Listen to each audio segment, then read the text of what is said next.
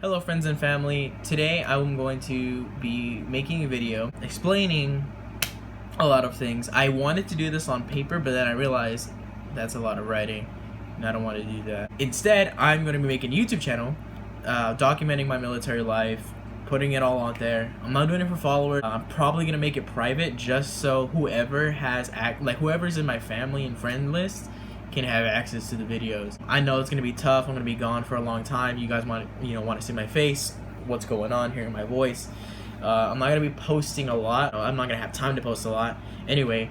But every few weeks or so like that, yeah, I'll have time for like that. But I guess that's gonna be like the posting schedule, checking in and stuff like that. What's up with me? Why did I join the Navy?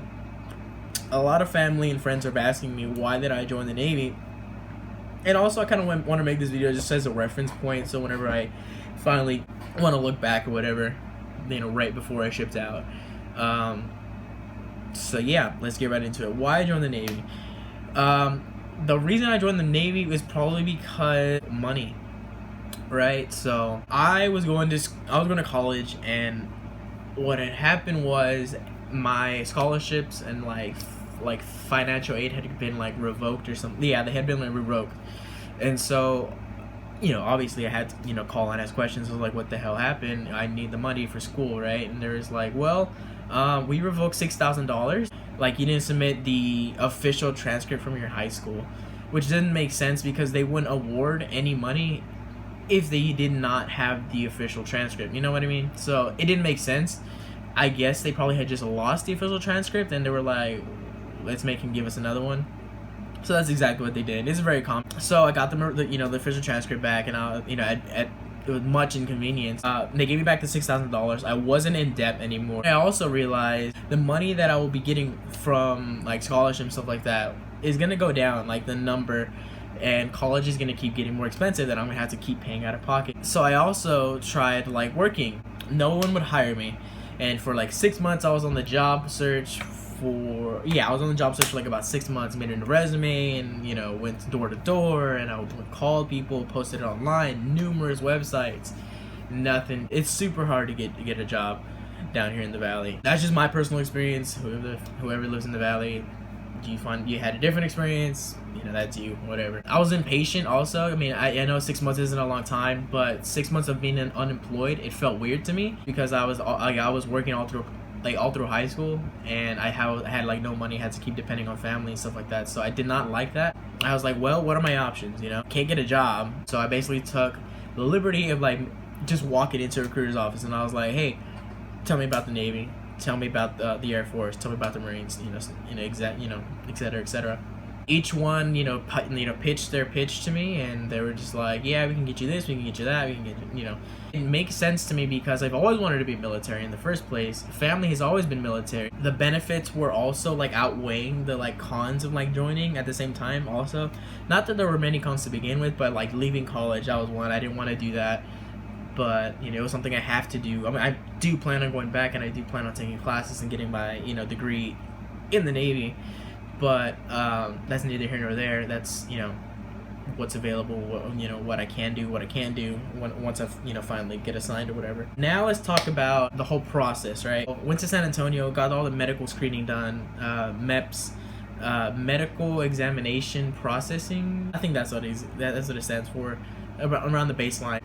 Basically, they put you in like a room. Well, they put you on a bus to San Antonio with with a few other people from the valley, and the whole bus. It's only like a small bus. It's like it's not even a bus. It's a van, and there's like 6 other people on the van. And so you start like the ride there, without doubt, like is the most awkward ride because like everyone knows that they're going to everyone knows that there's different branches that are also going too.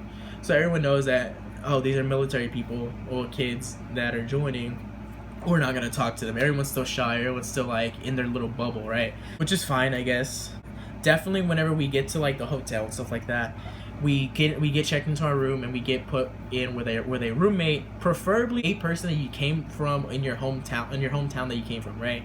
So the first time I went, I got this guy, and he was actually pretty cool. I'm not gonna say his name, but he was a really cool dude. We just clicked. We were talking about like girls. We were talking. He was, I don't know. We were just talking about a lot of things. It was really cool. Other stuff. Why he joined, why I joined. You know, has he been memorizing? He was actually shipping out that next day, and I was going in just for medical processing. And so it was, you know, like he was giving me his experience on maps and stuff like that, and you know, to get me ready. Anyway, the next day I wake you up like at 4 a.m. You eat breakfast at the hotel. They put you on a big bus. So this is actually a big bus because like at the hotel there's probably like about like 600 people that are actually going to go process. So they put you on big buses, and so we get to the actual military base, and that's whenever they start processing us. They put us at attention or whatever, and they're all like, who's Navy and who's Air Force and who's Army, and we have to get out of formation, and you know we get divided up that way. They're like, okay, who's shipping? You stay in formation.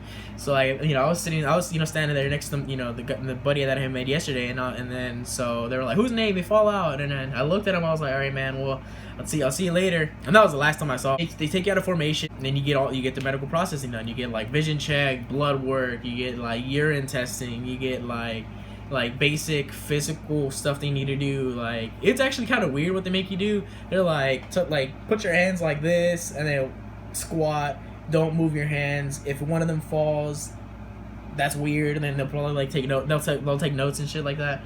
It was like, I don't know, it was weird. So anyway, we go to MEPS, you know, that's one process. Then we get our ship date, pick our job. I pick damage control, which is basically essentially a fireman. So now we go back home, we wait, we pack everything up, family prays for us, everything like that, and wait to be shipped out. So my ship date, October 3rd.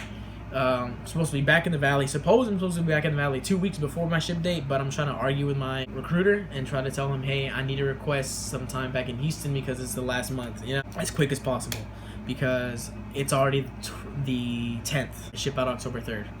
It's September 10th. So October 3rd, here's what's gonna happen. Just so you guys aren't in the dark. This is as far as I'm concerned. This is as far as I know. As far as the research that I've been doing.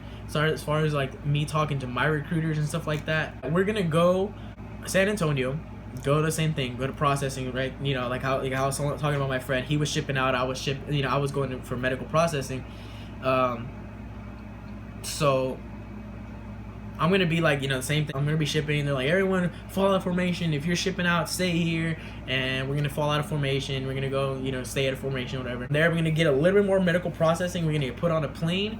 We're gonna get our plane tickets. They're gonna put us on a bus to the airport, and then we're gonna fly to O'Hare Airport. That's whenever, you know, that we go to the USO, and we're supposed to like wait there for like a petty officer. Basically, that's where it starts. I'm gonna explain how like everything in the boot camp works. I'm gonna explain that in another video after I've experienced it. As far as I know, you go like I go to A school. So like boot camp is 8 weeks, so 2 months essentially, and then I go to A school for 10 weeks, which is another 2 months and a half. Supposedly I'm supposed to graduate like around December, and then I'm supposed to go to A school January and February.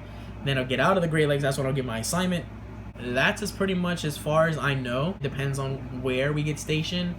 I'm pretty sure DC is gonna be on a boat, because like there's really no other purpose for a DC man on land except on boats. I'm not sure on that either. I mean, there could be DC jobs on land, but I just don't know. But as far as what I've been researching, stuff like that, most likely be on like a boat or a carrier or a destroyer or a cruiser. You know, it doesn't matter what type of boat, or you know, just a battleship maybe. It just depends. That's pretty much it. That's pretty much all I know for right now. As far as what's gonna happen to me, what I'm gonna go through, I don't know how boot camp works. I mean, I watched a whole lot of videos. I have an idea. I'm not gonna tell you my experience in boot camp when I haven't gone. I'm not gonna tell you what's gonna happen in boot camp when I haven't experienced it. So I'm gonna wait on that. But yeah, this is the first video of many. So this is just documenting like right before boot camp, right before ship date, fresh. I guess the next video I'm gonna make, explaining how boot camp works, you know, right when I get to A school and stuff like that, checking in and stuff like, because I mean, I'm not gonna have any contact with people for like about 3 weeks at a time while I'm in boot camp. But yeah, that's pretty much it. That's pretty much all I know.